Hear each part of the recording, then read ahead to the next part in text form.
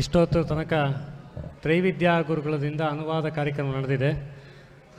ಅವರಿಗೆಲ್ಲರಿಗೂ ಯಾದವಾರ್ಯ ಶ್ರೀನಿವಾಸ ಸಂಘದ ಪರವಾಗಿ ಅವರಿಗೆ ಧನ್ಯವಾದ ತಿಳಿಸುತ್ತಾ, ಇನ್ನು ಮುಂದೆ ಇಲ್ಲೇ ಪ್ರಸಿದ್ಧರಾದ ನಮ್ಮ ಬಾಲಾಜಿಯವರು ನ್ಯಾಯಾಮೃತ ಬಗ್ಗೆ ಒಂದು 45 ನಿಮಿಷಗಳ ಕಾಲ ಅದರ ಒಳಗೆ ಮುಗಿಸ್ಬೇಕಂತ ಅವ್ರ ಹತ್ರ ಪ್ರಾರ್ಥನೆ ಮಾಡ್ತಾ ಇದ್ದೀವಿ.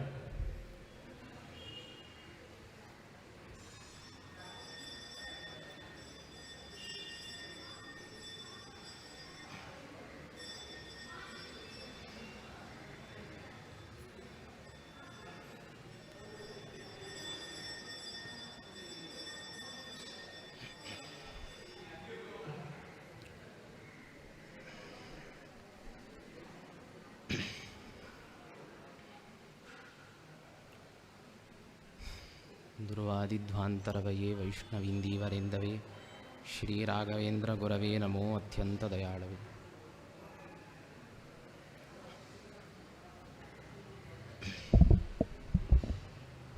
उपस्थितान् विदुषः दण्डवत् प्रणिपत्य न्यायामृतप्रकरणे तत्र न्यायामृतग्रन्थे देहात्मैक्य अध्यासभङ्गप्रकरणमधिकृत्य तत्र निरूप्यते. तत्र देहात्मैक्य अध्यासस्य निराकरणं व्यासतीर्थैः क्रियते. अस्य प्रकरणस्य संगतिः बहुधा वक्तुं शक्यते. इत्युक्ते तरङ्गिणीकारैः एवं तत्र संगतिः प्रदर्शिता. अहमर्थस्य अनात्मत्वे, अहमर्थः अनात्मा इति अद्वैतिनां मतं. यदि अहमर्थः अनात्मा तर्हि देहादीनाम् इन्द्रियाणां च आत्मनि अध्यासः इति कथं? यतोहि अहमर्थस्य अनात्मत्वे आत्मनि अध्यासः इति वक्तुं नैव शक्यते. अहमर्थे एव अध्यासः इति वक्तव्यम् इति तरङ्गिणीकारैः तत्र अवतरणिका दीयते. अथवा एवमपि वक्तुं शक्यते, एतावत्पर्यन्तं बाह्यप्रपञ्चस्य अध्यस्तत्वं खण्डयित्वा इदानीम् आन्तरप्रपञ्चस्य अध्यस्तत्वं खण्डयन्ति व्यासतीर्थाः इत्यपि अवतरणिका तत्र दातुं शक्यते. प्रथमतः अस्य प्रकरणस्य सम्यक् अवगमनार्थम् अद्वैतीनां मतं किमस्ति अत्र इति अस्माभिः चिन्तनीयम्. अध्यासविषये तै शङ्कराचार्यैः सूत्रभाष्यस्य आरम्भे अध्यासभाष्यमिति रचितमस्ति. तस्य व्याख्यानानि बहूनि वर्तन्ते. विवरणमतमस्ति, भामतीमतमस्ति, एवं संक्षेपशारीरिककारः किमपि वदति. तत्र अहं विवरणमतानुसारेण अध्यासभाष्यस्य तात्पर्यं किम् इति वक्तुं प्रयते. यतोहि भामतीमते अविद्या जीवाश्रिता, ब्रह्मस्तु अविद्यायाः विषयः इति वदन्ति. तस्मात् तत्र बहु क्लेशः स्यात्. अन्योन्याश्रयशङ्का, अविद्यायाः स्वनिर्वाहकत्वं वक्तव्यम् इत्येवं रीत्या तत्र विचारः गच्छति. विवरणमते चिन्मात्रमेव अज्ञानस्य आश्रयः स एव च विषयः. तन्मतरीत्या अध्यासभाष्यस्य किं प्रयोजनम् इति चिन्तनीयम्. अतातो ब्रह्मजिज्ञासा इति ब्रह्ममीमांसाशास्त्रस्य आदिमं सूत्रं वर्तते. अद्वैतमतानुसारेण सूत्रस्य एवम् अर्थः अथ इत्यस्य साधनचतुष्टयसम्पत्त्यनन्तरम् इति अनन्तर्यार्थः. अतः इत्यस्य साधनचतुष्टयसम्पत्तिमत्वादेव हेतोः इति हेत्वर्थः. ब्रह्मजिज्ञासा कर्तव्या इत्यस्य ब्रह्मजिज्ञासा प्रयोज्य वेदान्तविचारः कर्तव्यः इति तदर्थः इति स्थितिः. अत्र इदं ब्रह्ममीमांसाशास्त्रम् अधिकरणशैल्या प्रवर्तते इति कृत्वा प्रत्येकम् अधिकरणेपि पूर्वपक्षः कः, सिद्धान्तश्च कः इति निरूपणीयम्. अत्र पूर्वपक्षः किं भवति? विषयप्रयोजनादि नास्ति इति कृत्वा शास्त्रमिदम् अनारम्भणीयम् इति.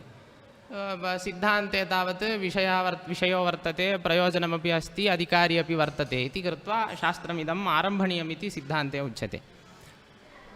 अस्य शास्त्रस्य विषयः ब्रह्मैव, प्रयोजनं तावत् ज्ञातं ब्रह्म, अज्ञातं ब्रह्म विषयः, ज्ञातं ब्रह्म प्रयोजनम् इति.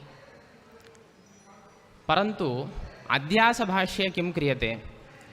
शङ्कराचार्यैः अध्यासभाष्ये अहं ब्राह्मणः अहं मनुष्यः इत्यादीनां प्रत्ययानाम् अभ्रमत्वम् आशङ्क्य इत्युक्ते तेषां याथार्थ्यम् आशङ्क्य भ्रमत्वं संस्थापितम्। यदि अध्यासभाष्यम् अस्य प्रथमसूत्रस्य व्याख्यानरूपम् इति वक्तव्यं चेत् सूत्रभाष्ययोः व्याख्यानव्याख्येयभावः सम्पादनीयश्चेत् तर्हि प्रथमसूत्रेण यः अर्थः प्रतिपाद्यते तदर्थोपपादकत्वम् अस्य भाष्यस्य वक्तव्यम् अस्माभिः। तत् कथं? यतोहि अध्यासः प्रथमसूत्रे नोक्तः।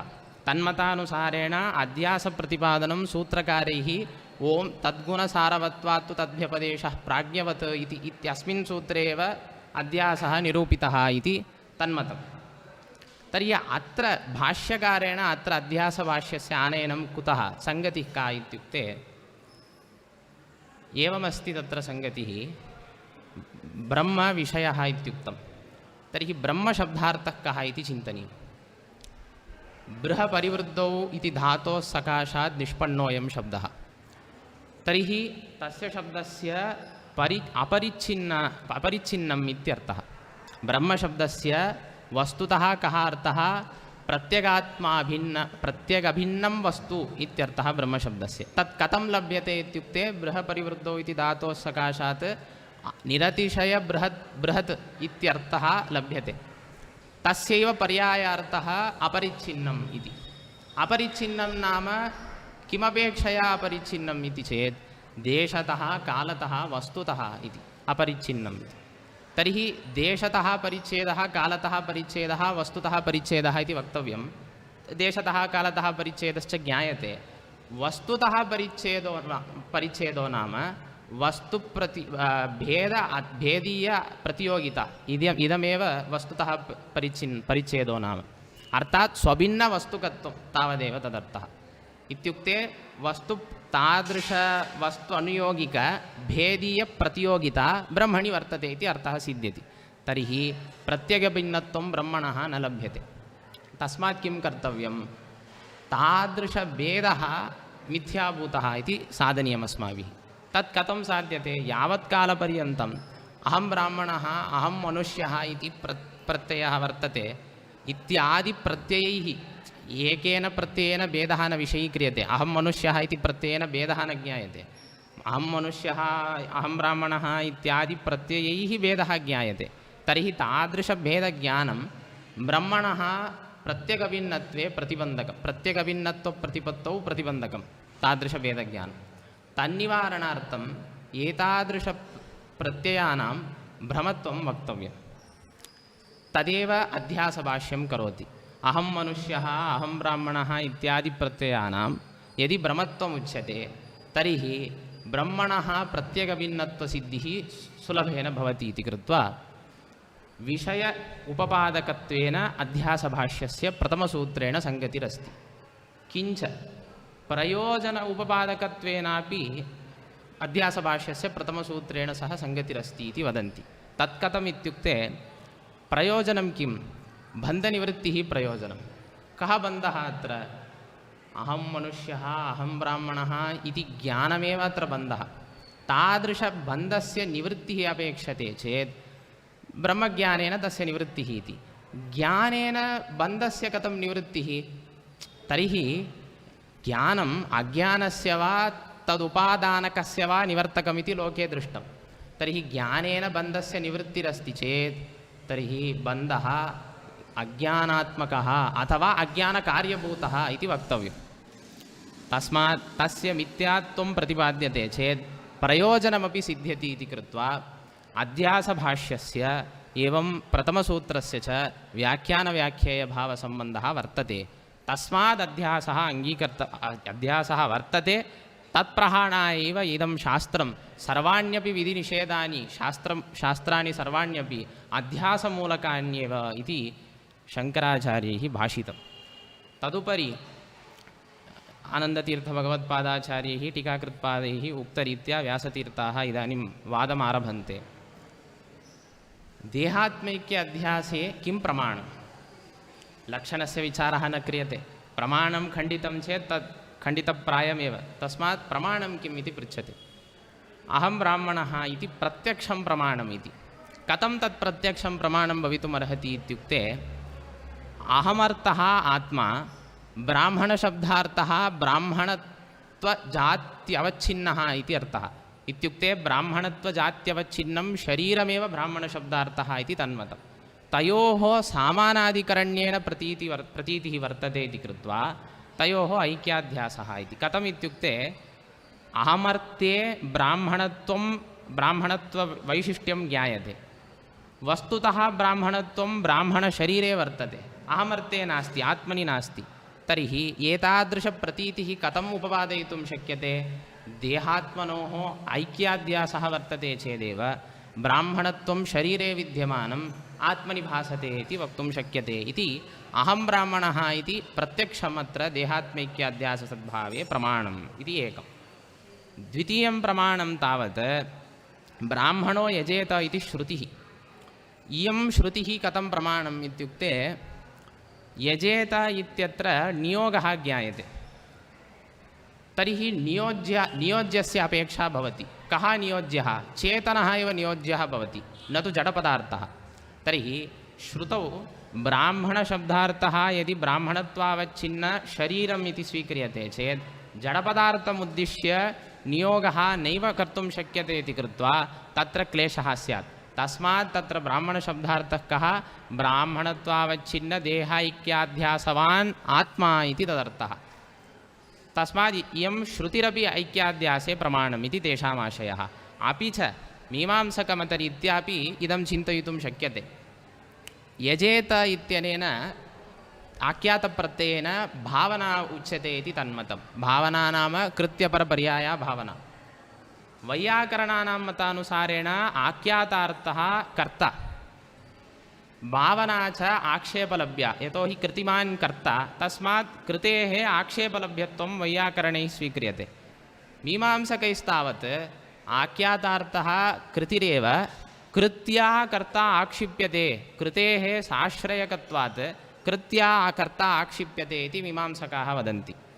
तर्हि आक्षेपलभ्यः यः पदार्थः सः कथं लभ्यते मीमांसकमतानुसारेण इत्युक्ते कर्तृत्वाश्रयतया लभ्यते। वस्तुतः तस्मिन् पदार्थे कर्तृत्वं नास्ति, आत्मनि कर्तृत्वं नास्ति, तथापि कर्तृत्वाश्रयतया एव सः आक्षेपलभ्यः भवति इति कृत्वा तत्ते अनेन मार्गेणापि इयं श्रुतिः देहैक्याध्यासं प्रतिपादयति इति अद्वैतीनां मतं। तृतीयं प्रमाणम् अन्यथानुपपत्तिरूपं। सुषुप्तौ प्रमातृत्वादिकं नास्ति, जाग्रदवस्थायां प्रमातृत्वादिकं वर्तते, अहं भोक्ता अहं कर्ता इति ज्ञानमस्ति। अस्मात् कारणात् देहैक्याध्यासो नाम मनोवृत्तिरूपः। सुषुप्तौ ज्ञानसामान्यस्यैव अभावात् तत्र मनोवृत्तिज्ञानमपि न भवति। तस्मात् कारणात् तत्र प्रमातृत्वं भोक्तृत्वं सर्वं न प्रतीयते, जाग्रदवस्थायाञ्च प्रतीयते। यदि कर्तृत्वभोक्तृत्वादयो धर्माः आत्मनिष्ठाः स्युः तर्हि सुषुप्तौ अपि प्रतीयेरन् न प्रतीयन्ते। तस्मात् किं वक्तव्यम्? एतादृश अन्यथानुपपत्तिप्रमाणबलात् देहात्मैक्य अध्यासो वर्तते इति सिद्ध्यति इति प्रमाणत्रयम् अद्वैतिभिः प्रदर्शितं।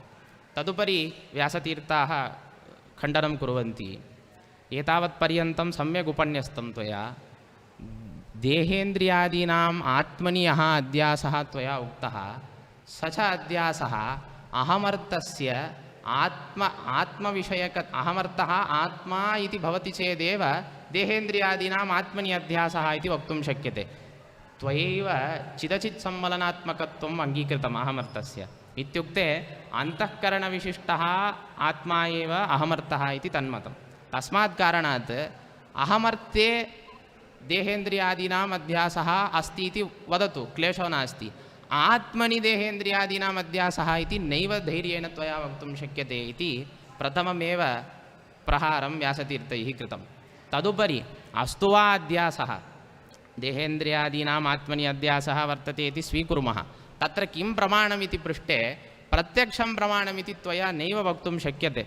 कुतः इत्युक्ते अस्माभिः पूर्वतनप्रकरणेषु प्रत्यक्षस्य जात्या उपक्रमादिन्यायश्च प्राबल्यम् इत्यादि प्रकरणेषु किं कृतं प्रत्यक्षस्य प्राबल्यं समर्थितम् अनुमान आगमेभ्यः प्रत्यक्षस्य प्राबल्यं समर्थितं तद्विरोधीनां प्रमाणानाम् इतरेषाम् अप्रामाण्यमपि समर्थितम् उदाहरणार्थम् एकमुच्यते वाक्यमे एवं श्रूयते ऐन्द्रिया गार्हपत्यमुपतिष्ठते इति श्रूयते तत्र ऐन्द्रिया इत्यनेन लिङ्गं द्विविधं शब्दसामर्थ्यरूपम् अर्थसामर्थ्यरूपं तत्र शब्दसामर्थ्यरूपलिङ्गेन किं भवति इन्द्रप्रकाशनाङ्गत्वम् अस्य मन्त्रस्य ऐन्द्रियारिचः इन्द्रप्रकाशनाङ्गत्वम् इति शब्दसामर्थ्यरूपलिङ्गवशात् ज्ञायते किन्तु गार्हपत्यम् उपतिष्ठते इत्यनेन तत्र द्वितीया श्रुतिः श्रूयते तत्र तेषां मते लिङ्गं श्रुतिं कल्पयित्वा एव विनियोजकं श्रुतिश्च साक्षात् विनियोक्त्री तस्मात् कारणात् गार्हपत्यमुपतिष्ठते इत्यत्र द्वितीया श्रुत्या साक्षादेव गार्हपत्योपस्थापनाङ्गत्वम् ऐन्द्रियारिचः ज्ञायते शीघ्रोपस्थितिः जाता किन्तु लिङ्गं किं करोति श्रुतिं कल्पयित्वा विनियोगं करोति तस्मात् तत्र लिङ्गस्य दौर्बल्यं श्रुत्या लिङ्गस्य कार्यं यदस्ति तद् बाध्यते इति मीमांसकैः स्वीकृतं तद्वत् व्यासतीर्थाः तद्दृष्टान्तं प्रदर्श्य प्रत्यक्षेन जगतः सत्यत्वं ज्ञायते भवान् अनुमानप्रयोगं कृत्वा परं प्रति बोधयति सः विमतम् इत्यादृश्यत्वादिति परार्थानुमानमेव परप्रतिपत्त्यर्थमेव सः वाक्यं प्रयुङ्क्ते तत्र परस्य बोधः तत्र शाब्दबोधः ततः व्याप्तिज्ञानं तदुपरि परामर्शः पक्षता परामर्शः तदनन्तरम् अनुमितिः तावता प्रत्यक्षेन जगतः सत्यत्वं ज्ञातं प्रत्यक्षञ्च निवृत्तव्यापारं भवति तस्मात् प्रत्यक्षस्य प्राबल्यमेव वक्तव्यं न तु दौर्बल्यं अनुमानागमेभ्यः अस्य दौर्बल्यं नैव वक्तुं शक्यते तद्विरोधीनामेव प्रमाणानाम् अप्रामाण्यम् इति प्रत्यक्षस्य जात्या उपक्रमादिन्यायस्य प्राबल्यम् इत्यादि प्रकरणेषु अस्माभिः संस्थापितं वर्तते यदि देहात्मैक्य अध्यासविषये प्रत्यक्षं प्रमाणमिति वदति भवान् तर्हि वस्तुतः अद्वैतिनापि देहात्मनोः भेदः अङ्गीकृतः अध्यासस्तु वर्तते इति सः वदति तर्हि तादृशभेदः कथं ज्ञायते प्रत्यक्षम् ऐक्याध्यासे प्रमाणं जातं तर्हि भेदः कथं ज्ञायते अनुमानेन आगमेन इति वक्तव्यम् अस्तीत्येवोपलब्धव्यः इति आगमेन वर्तते अस्माकं मते अस्तीत्येवोपलब्धव्यः इत्यस्य अन्यः अर्थः उच्यते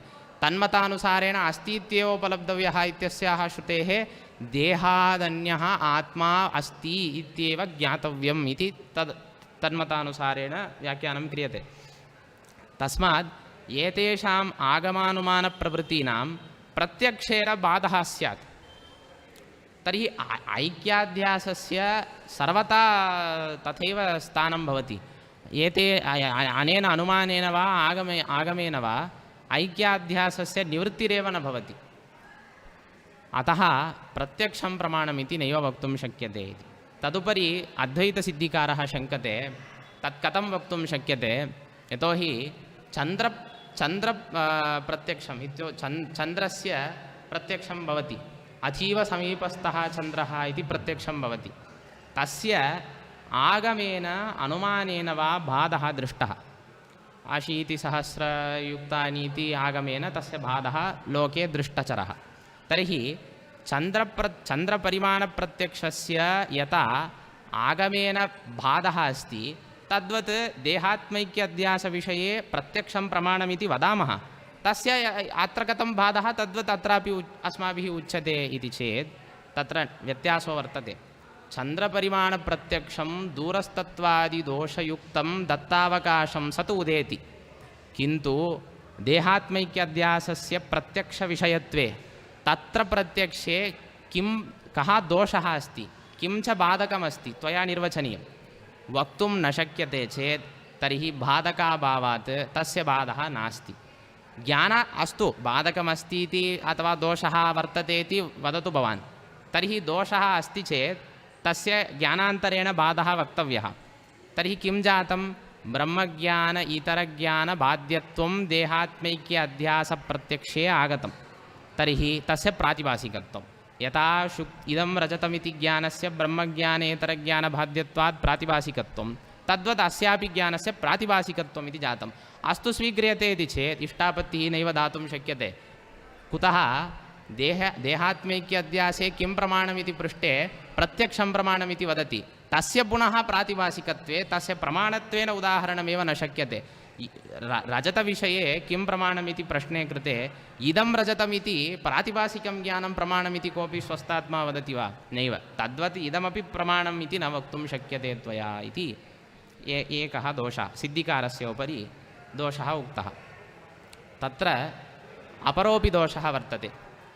देहस्य आत्मनि अध्यासः, इन्द्रियस्य आत्मनि अध्यासः इति उक्तं। युगपदेव देहेन्द्रियादीनाम् आत्मनि अध्यासः इति अध्यासभाष्ये शङ्कराचार्यैः उक्तमस्ति। तत्र देहस्य अध्यासे अहं ब्राह्मणः इति प्रत्यक्षं प्रमाणमिति उक्तम्। इन्द्रियादीनाम् अध्यासे किं प्रमाणम् इति चेत्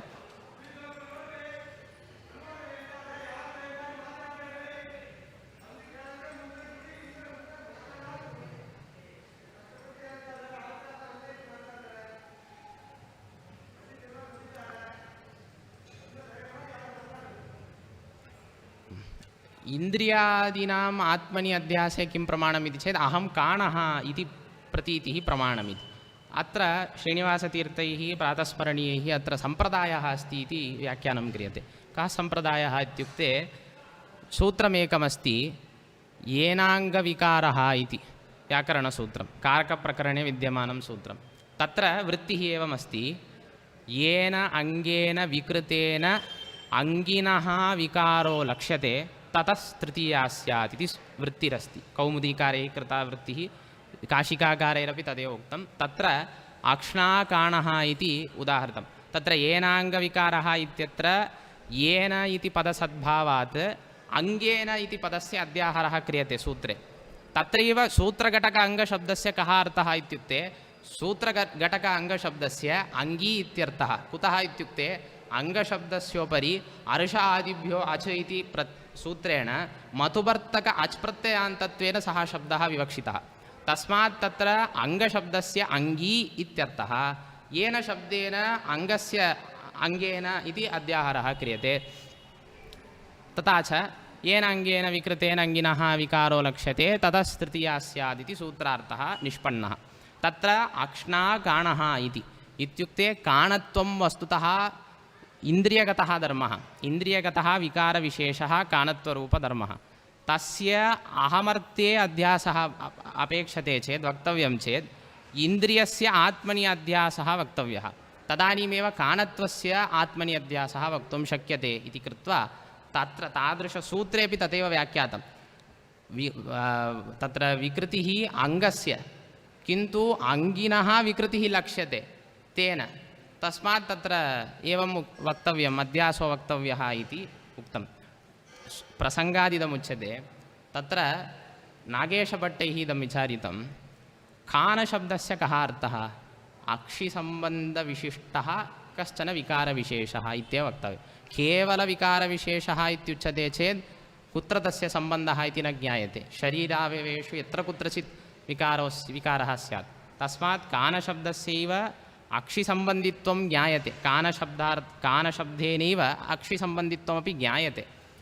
किन्तु व्याख्याकारैः कौमुदीकारेण तत्र किं कृतम्, अक्षिसम्बन्धि कानत्वविशिष्टः इति व्याख्यातमस्ति। अक्षिसम्बन्धित्वम् इति कुतः वक्तव्यं? काणत्वविशिष्टः इत्येव उच्यताम् इति तत्र एकः प्रश्नः। तस्य समाधानं तैः कृतं। द्वौ ब्राह्मणौ इति व्यवहारः अस्ति। द्वौ ब्राह्मणौ इति तत्र ब्राह्मणप्रातिपदिकोत्तरस्य प्रत्ययस्य प्रत्ययेनैव द्वित्वं ज्ञायते। तथापि द्वौ इति प्रयोगः अस्ति, तस्य वैयर्थ्यं स्यात्। तत्र अङ्गीक्रियते। द्वौ ब्राह्मणौ इति प्रयोगः आर्षः अपि वर्तते। तत्र यथा प्रयोगः कृतः तद्वदत्रापि आलोचनीयम् इति नागेशभट्टेनापि तत्यक्तं, प्रसङ्गादुक्तम्। एवञ्च येनाङ्गविकारः इत्यादि सूत्रेण अध्यासः अहं काणः इत्यस्य प्रमाणतया, अध्यासविषये अहं काणः इत्यस्य विषये तत्र सूत्रं प्रमाणम् इति ते श्रीनिवासतीर्थैः उक्तं। तत्र युगपदेव देहेन्द्रियादीनाम् आत्मनि अध्यासः इति उक्तं तेन। तत् कथं वक्तुं शक्यते? यतोहि देहस्य एवं इन्द्रियस्य च भेदः प्रमितः। परस्परं भिन्नयोः मध्ये युगपत् तयोः एकत्र अध्यासः वक्तुं न शक्यते। यथा शुक्तौ रङ्गरजतयोः युगपत् अध्यासः नैव केनापि क्रियते, तद्वत् देहेन्द्रिययोः युगपत् आत्मनि अध्यासः इति वक्तुं नैव शक्यते इति न्यायामृतकारैः उक्तं। तदुपरि सिद्धिकारः समाधानं वक्तुं प्रयतते। तत्र येन रूपेण भेदः निश्चितः ययोः पदार्थयोः तयोः एकत्र अध्यासः युगपत् न शक्यते इति सम्यगेव।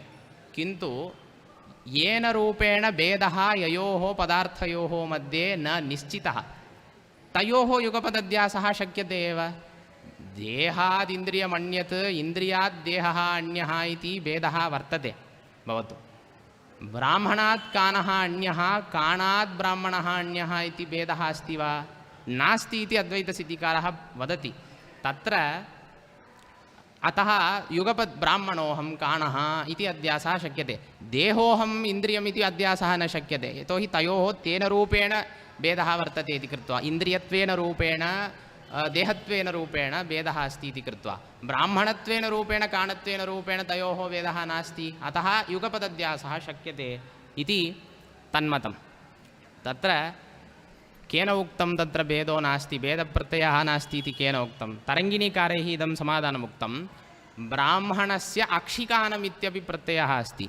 तत्र ब्राह्मणस्य एवं तत्र कानपदार्थस्य च भेदः स्पष्टः। ब्राह्मणस्य अक्षिकानम् इति उच्यते मया, तत्र भेदः प्रमितः।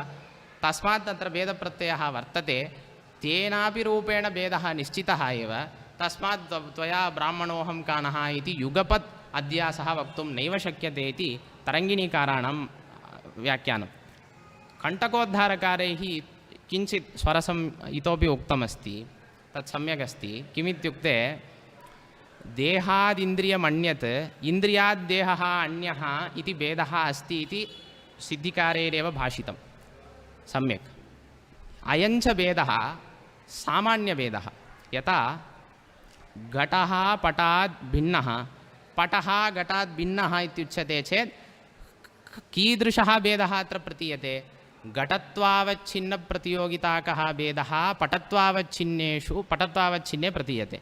एवमेव पटत्वावच्छिन्नप्रतियोगिताकः भेदः घटत्वावच्छिन्ने प्रतीयते इति स्थितिः। एवं सति यः कोऽपि नीलघटः पीतपटात् अभिन्नः इति वदति वा? तयोः मध्ये भेदः न प्रमितः इति वदति वा? सामान्ययोः भेदसद्भावे विशेषयोरपि भेदः नियमेन भवत्येव। तस्मात् कारणात् देहादिन्द्रियमन्यत् इन्द्रियाद्देहः अन्यः इत्यत्रापि त्वन्मतानुसारेण ब्राह्मणशब्दः देहविशेष एव। अस्मन्मतानुसारेण चेदपि वक्तुं शक्यते। त्वन्मतानुसारेण कानशब्दः इन्द्रियं बोधयति, ब्राह्मणशब्दः देहं बोधयति। तर्हि देहादिन्द्रियमन्यत् इन्द्रियाद्देहः अन्यः इति सामान्याकारेण भेदस्य सद्भावे विशेषाकारेणापि भेदः प्रमित एव इति कृत्वा ब्राह्मणोऽहं काणः इति युगपदेव अध्यासः नैव शक्यते इति इदमपि खण्डितं। किञ्च भेदमात्रस्य त्वन्मते अध्यस्तत्वं वदति, तर्हि भेदसामान्यस्य अध्यस्तत्वम् अपेक्षते चेत् तर्हि अध्यासस्य सत्यत्वम् अपेक्षते।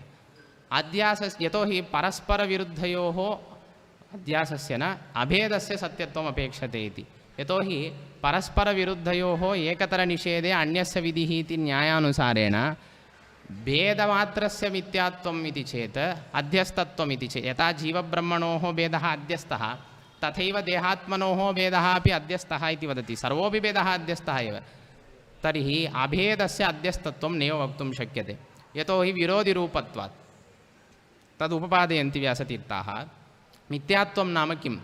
अधिष्ठानज्ञान अबाध्य अत्यन्ताभावप्रतियोगित्वं मिथ्यात्वम् इत्युक्ते शुक्तिविषयकज्ञानेन तत्र बाधः कस्य? रजतस्य। रजत अत्यन्ताभावस्य बाधो नास्ति।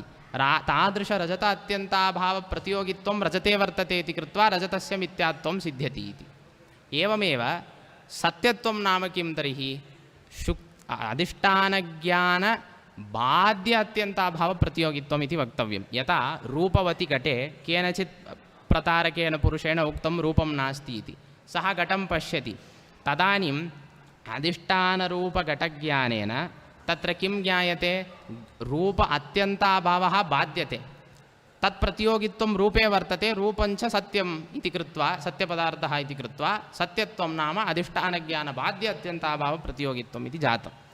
इदानीं भेदमात्रस्य अध्यस्तत्वं वक्तव्यं चेत् भेदस्य तादृश अत्यन्ताभाव अधिष्ठानज्ञान अबाध्य अत्यन्ताभावप्रतियोगित्वं वक्तव्यं। तर्हि किं भवति, भेदस्य अत्यन्ताभावः एव अभेदः, अभेदस्य अत्यन्ताभावः एव भेदः इति अस्ति स्थितिः। तर्हि भेदस्य अत्यन्ताभावः अधिष्ठानभूतब्रह्मज्ञानेन अबाध्यः इत्युच्यते चेत् तर्हि अभेदस्य सत्यत्वमेव आगतं। यतोहि अभेदः अत्यन्ताभावरूपः, सः ब्रह्मज्ञानेन न बाध्यते इति चेत् तस्य सत्यत्वमेव वक्तव्यम्। इतरज्ञानेन बाध्यते चेत् प्रातिभासिकत्वम् आयाति, तद्धैर्येण तेन वक्तुं नैव शक्यते। ब्रह्मज्ञानेनापि न बाध्यते चेत् तस्य सत्यत्वमेव। किञ्च अभेदस्य अध्यस्तत्वं वक्तव्यं चेत् भेदस्य अत्यन्ताभावरूपत्वात् तस्य अधिष्ठानज्ञानेन अबाध्यत्वं वक्तव्यं। तर्हि भेदस्य वैपरीत्येन सत्यत्वं सिद्ध्यति। भेदः यदि प्रतियोगी तर्हि अभेदस्य सत्यत्वम्, अभेदः यदि प्रतियोगी तर्हि भेदस्य सत्यत्वम् इति उभयतापि भेदस्य वा अभेदस्य वा सत्यत्वं वक्तव्यमेव इति सिद्ध्यति। तत्र सिद्धिकारः शङ्कते, सर्वं सम्यक्, अयञ्च न्यायः एकस्य निषेधे अन्यतरस्य विधिः इति न्यायः यत्र धर्मी सन् तत्रैव वक्तुं शक्यते। यथा वन्द्यासुतस्य श्यामत्वाभावे गौरत्वं सिद्ध्यति इति कोऽपि वक्तुं शक्नोति वा? यतोहि वन्द्यासुतरूपधर्मिपदार्थस्यैव अभावात्। तद्वत् प्रकृते देहः स्वरूपेणैव अध्यस्तः, तस्मात् भेदो नास्ति चेत् अभेदः, अभेदो नास्ति चेत् भेदः इति वक्तुं व्यवहर्तुं त्वया नैव शक्यते इति सिद्धिकारेण उक्तं। तत्र एवं सिद्धिकारः अग्रे वदिष्यति इति मत्वा न्यायामृतकारेरेव मूले एव अस्य समाधानम् उक्तमस्ति। किमित्युक्ते, स्वरूपेण अध्यस्तत्वं सम्यक्, तत्र निषेधः न कर्तुं शक्यते। इदानीम् अस्माकं विचारः कुत्र अस्ति? धर्मी कः? देहः धर्मी वा? नास्ति। देहप्रतियोगिकः अध्यासः आत्मनि वर्तते इति वक्तव्यं। तर्हि आत्मा एव धर्मी, आत्मा तु स्वरूपेण अध्यस्तः नास्ति। तस्मात् तत्र देहप्रतियोगिकः भेदः वक्तुं शक्यते एव। यथा शुक्तिरूप्यस्थले इदं रजतम् इति ज्ञानं जातं, तदनन्तरं नेदं रजतम् इति बाधज्ञानं जायते। बाधज्ञाने कथं तत्र भासते इति चेत् इदं रजतभिन्नम् इति जातं, नेदं रजतं, तत्र नयः भेदः अर्थः इति स्वीक्रियताम्।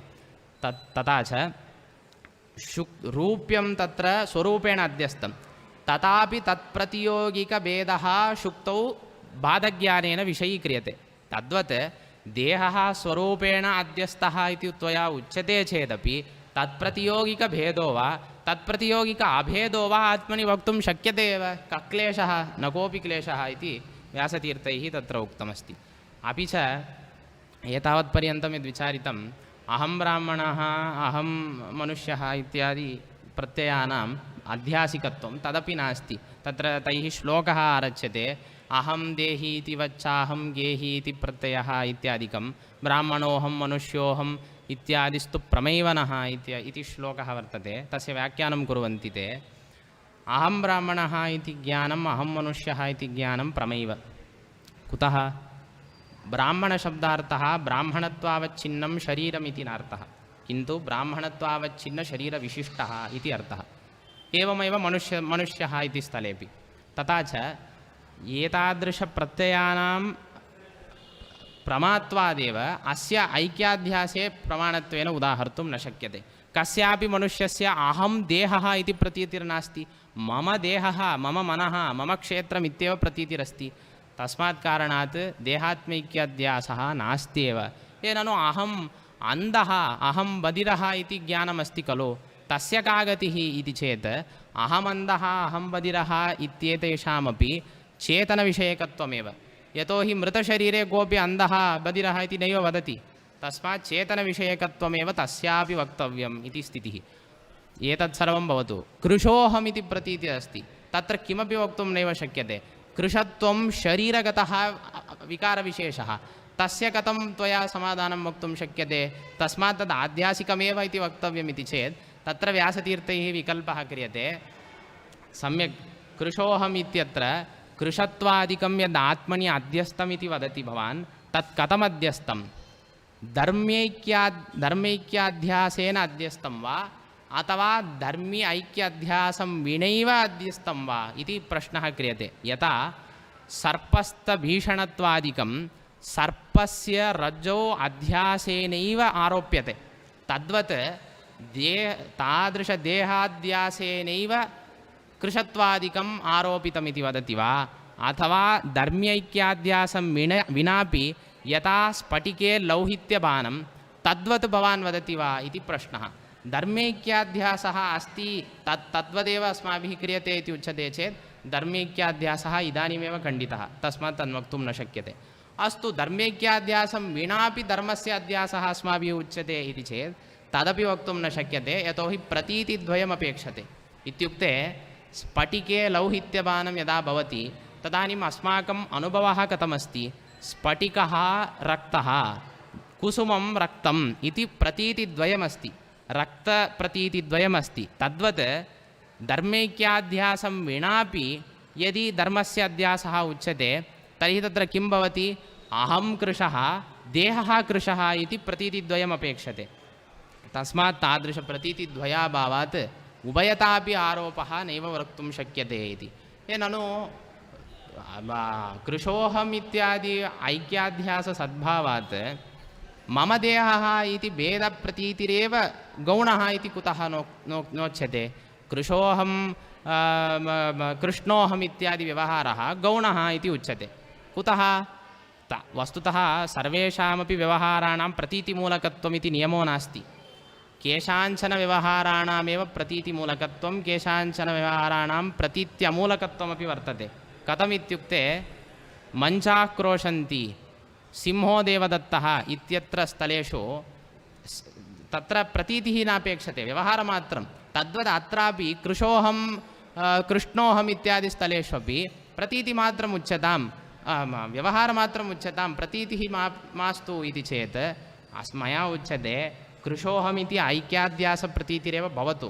तद्वशात् मम देहः मम गृहम् इत्यादीनां प्रतीतीनां गौणव्यवहारः भवतु। यथा राहोः शिरः घटस्य स्वरूपम् इति उच्यते, तद्वत् अस्यैव गौणव्यवहारो भवतु इति तेन शङ्कितं चेत् अस्माभिः क्लृप्तं कल्पनीयम्, अक्लृप्तं नैव कल्पनीयं।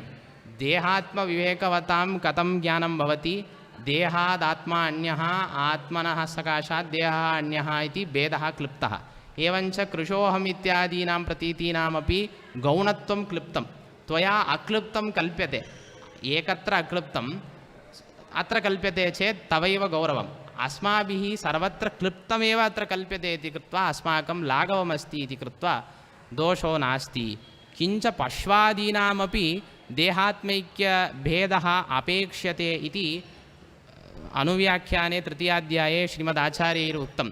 जातमात्रा मृगा गावः हस्तिनः पक्षिणो जषाः भयाभयस्वभोगादौ कारणानि विजानते अस्मृतौ पूर्वदेहस्य कथं तद्विज्ञानं भवेत् इति अनुव्याख्याने श्रीमदाचार्यैः समर्थितं। तत्र एवमर्थः वर्तते, जातमात्राणाम् अन्यव्यापाररहितानां मृगादीनामपि स्तन्यपानादौ प्रवृत्तिः दृष्टा। तत्र उपदेशः नास्ति। स्तन्यपानं तव इष्टसाधनम् इति उपदेशः अस्ति वा? नास्ति। तर्हि तत्र किं प्रमाणमिति वक्तव्यम्? अनुमानमेव प्रमाणम्। अणुमित्यात् सः स्तनन्दयः प्रवर्तते इति वक्तव्यं। तर्हि तत्र अनुमानस्य आकारः कः?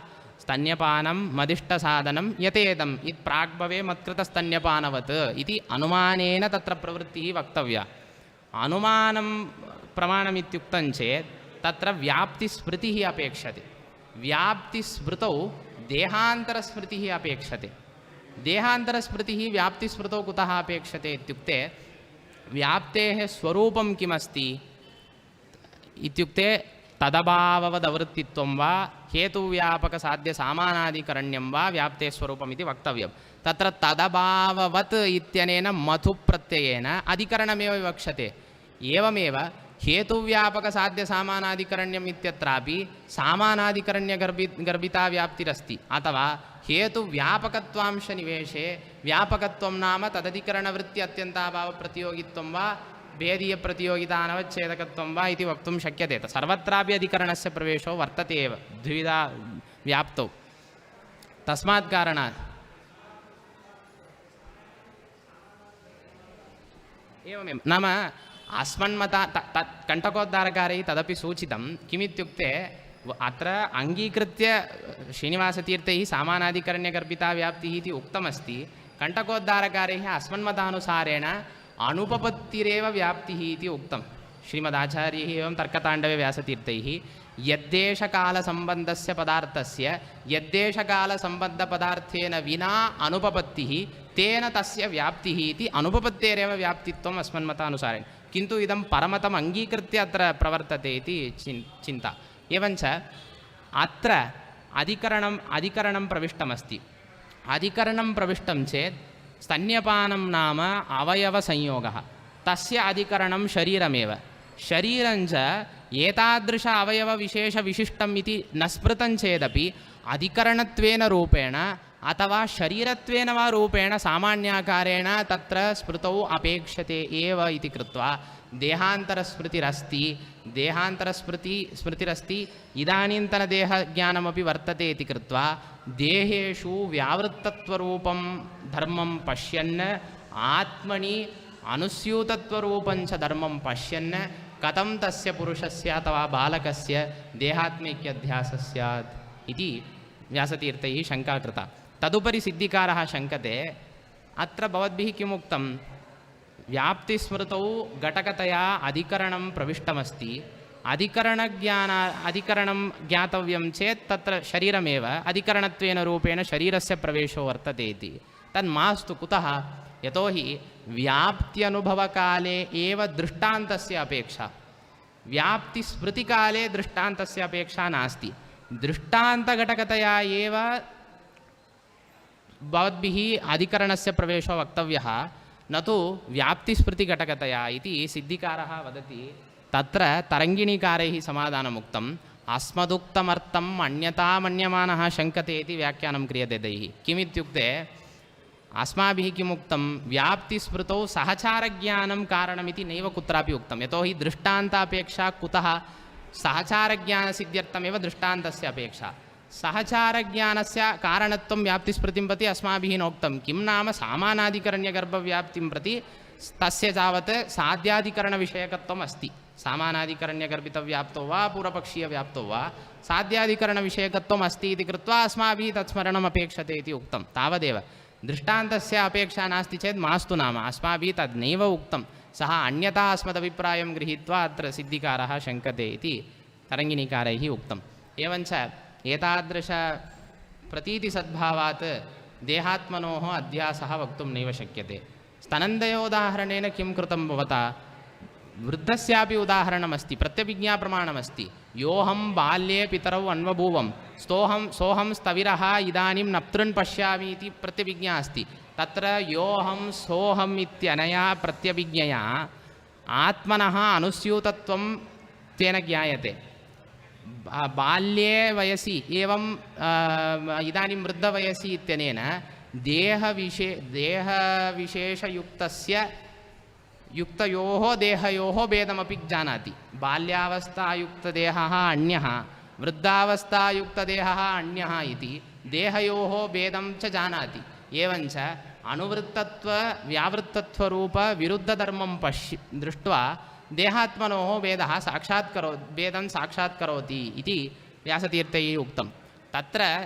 तत्र सिद्धिकारेण उक्तम्, इदं साक्षात्काररूपमिति नैव वक्तुं शक्यते। यतोहि देहात्मानौ भिन्नौ विरुद्धधर्माधिकरणत्वात् इति लिङ्गजन्यमेव इति वक्तव्यम् इति सिद्धिकारेण उक्तं। यतोहि अत्र कस्य साक्षात्कारः?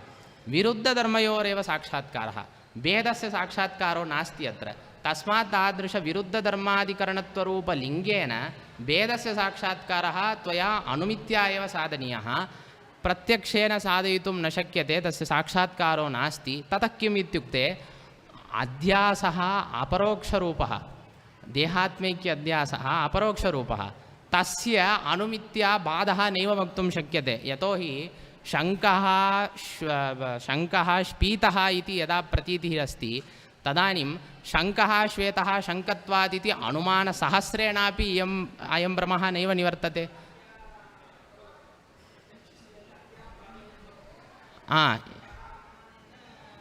बाधः नास्ति इति, तस्मात् कारणात् एवं वक्तुं न शक्यते इति तत्र उक्तं।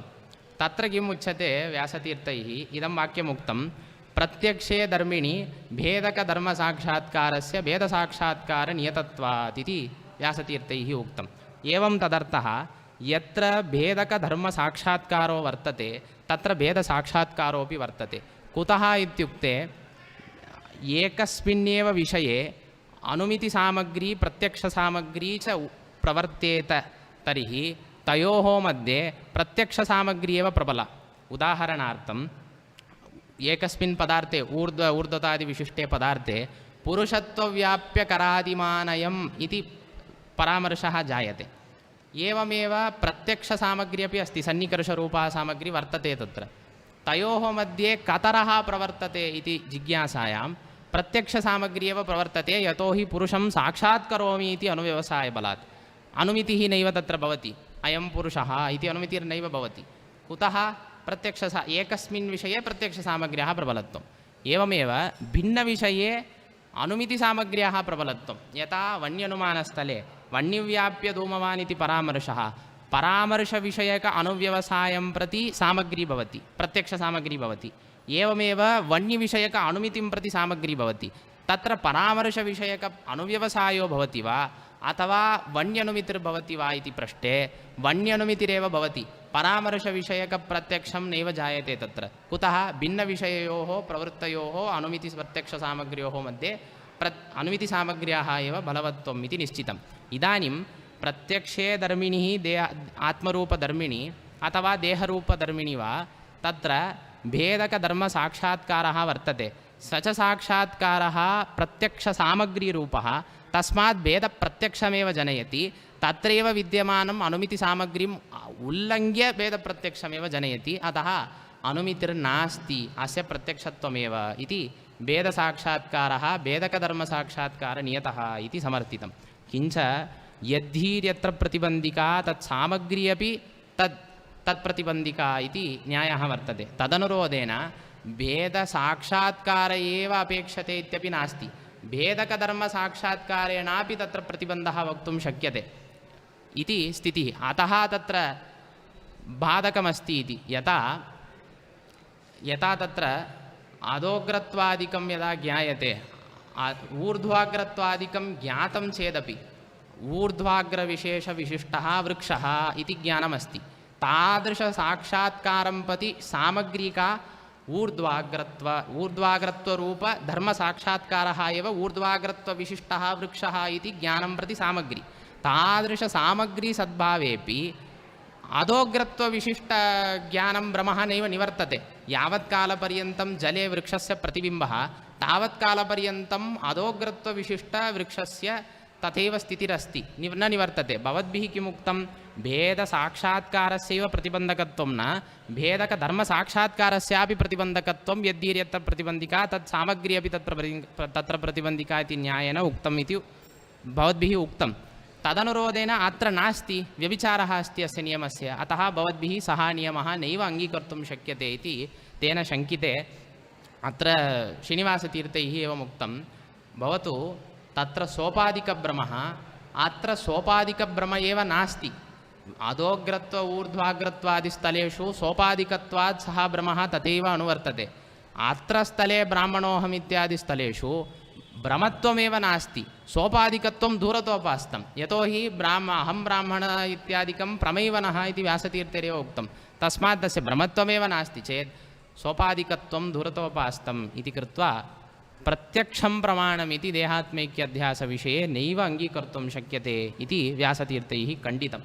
एतदुपरि श्रुतिः तत्र प्रमाणमिति यदुक्तं तदपि खण्डयन्ति, एवम् अन्यथानुपपत्तिरपि खण्डयन्ति। तत्र समयावकाशः नास्ति इति कृत्वा अत्रैव विरमामि। श्रीकृष्णार्पणमस्तु।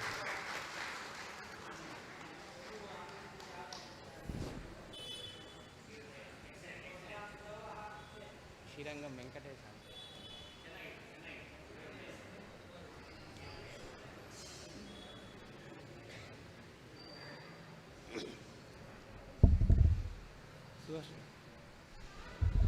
ಇಷ್ಟೊತ್ತು ತನಕ ನಮ್ಮ ಬಾಲಾಜಿಯವರು ಸರಿಯಾದ ಸಮಯಕ್ಕೆ ಒಂದು 5 ನಿಮಿಷ ಹೆಚ್ಚು ತೊಗೊಂಡಿದ್ದಾರೆ.